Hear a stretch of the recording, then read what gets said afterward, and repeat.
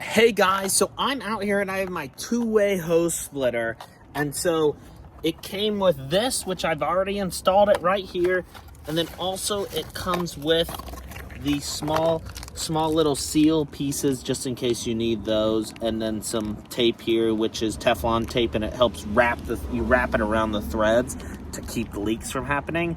And the other is for the spare rubber washers that you can put on.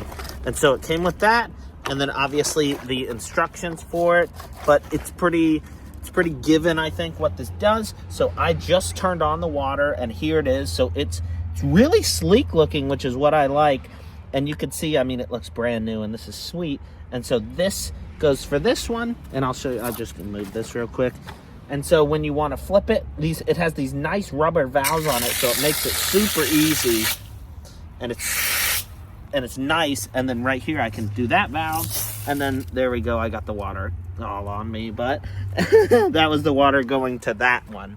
So this is nice. It's a nice little splitter here, and this is perfect for me, and I'll be able to use this. So this is real nice.